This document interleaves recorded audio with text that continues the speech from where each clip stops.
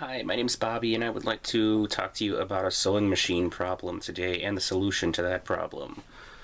And the machine that I'm going to be talking about today is called the Brother PC420. So if you have the same machine and the same issue, this might help you a little bit. I do have 3 sewing machines. This one is by far my favorite, though. I really love the feature set and the performance. It's really a great machine. I also have a vintage Brother straight stitcher, which I got before I got this other Brother. And it works pretty well, but it's just lacking in bells and whistles. It's great for precision and nostalgia and beauty. But about a year ago, I also got a Bernina Artista 200 with the touchscreen and the embroidery, and that was a very persnickety machine. It has had a few issues. It usually works pretty good, but I'm not over the moon about it. So this guy right here is my laid-back, easygoing, lovely, fun sewing machine that I totally adore. Of course, I got this one before I got the Bernina, so it set the standard pretty high, and the Bernina has not yet reached that standard, so we're still bonding, the Bernina and I. I almost want to trade it in for a different brand. I'm very almost ambivalent, but slightly toward the negative side about that one. I just don't love it, but we're still bonding, so we'll see. We should have bonded within a year, but we haven't yet. But anyway, yeah, so this Brother PC420 is a great machine. I've actually written a 6-hour review of it, so I know it pretty well, but I had a problem with it, and I think it's a design flaw with the way they made the machine. And so I've asked Brother about this, and they said that there was no way to override the problem that I had. They actually told me this through live chat on their website. The people who work at Brother said this. So of course I went for years believing there was nothing that could be done about this problem, and that's false. This problem can be easily fixed. And basically, somebody on a forum, on a sewing forum, told me about this, and I tried it, and it worked, so I was very, very grateful for that information. So let me go ahead and show you the problem and just get right into that. The introduction has been long enough. Okay, so you turn the machine on the side, of course, it's going to come to life, and if you look, since I quilt and don't sew clothes yet, I like to use the 1/4" foot. It has a guide on it on the side, and it has a single hole, so it actually is supposed to piece a little better. And that's a great thing, but do you see where my needle is right now? I don't know if you can see that in the light, but if you look, my needle is right here, and basically the hole in the presser foot is in the middle. So if I were to bring the needle down right now, it would crash into the presser foot, and I have broken many needles like that. I don't know if this will show up in the video or not, but there's actually a gouge there in that 1/4" foot because of where the needle comes down. So yeah, not a good thing.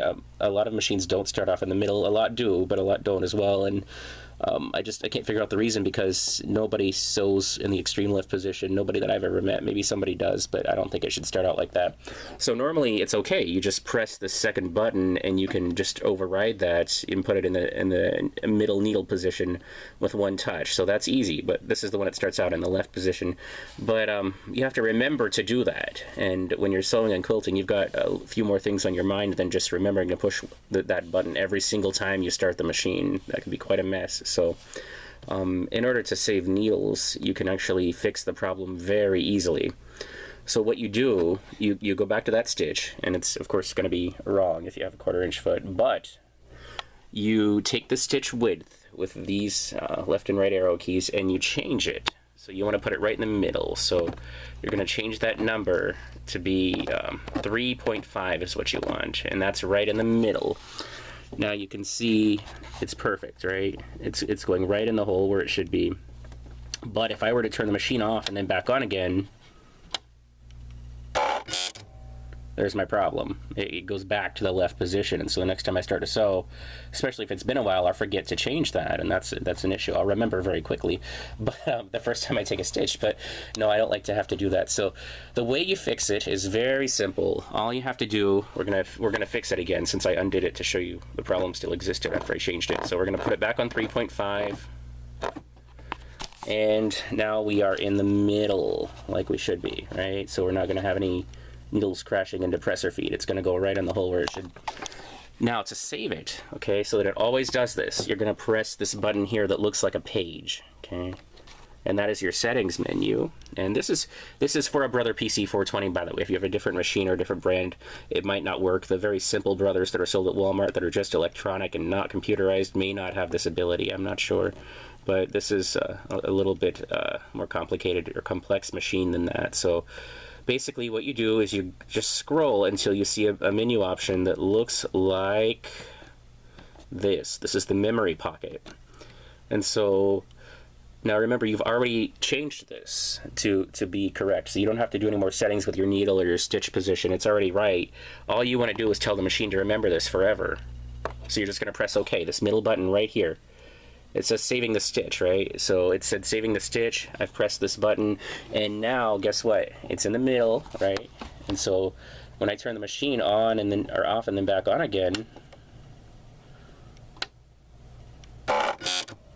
guess what? It's still in the middle, and it's never going to be in the left again unless I manually put it in the left by moving the thing, you know, back. But no, now the default is actually this, the middle position. So that's perfect. That's what I want, because I don't want to hit the 1/4 inch foot. But if you ever want to undo that, all you do is just go into your menu again. So you're going to press the page button and just scroll back to your memory pocket, and then scroll over. You know how we pressed the pocket before? If you wanted to undo it, you would press this button. That's your delete button. I don't know how they should put a trash can. I don't know how they got that for a delete symbol, but if you press that button, it'll delete your changes and put it back to the default. Probably you would not want to do that. There's no reason really to. If you're going to change it in the first place, you'd probably just want to leave it like that. But anyway, that's how you fix the problem. So hopefully this wasn't too long-winded. I'm sure it was. But if you have this issue, it could really probably help you a lot. So anyway, good luck with it, and hopefully it'll help somebody as it did me. Thanks. Take care. Bye.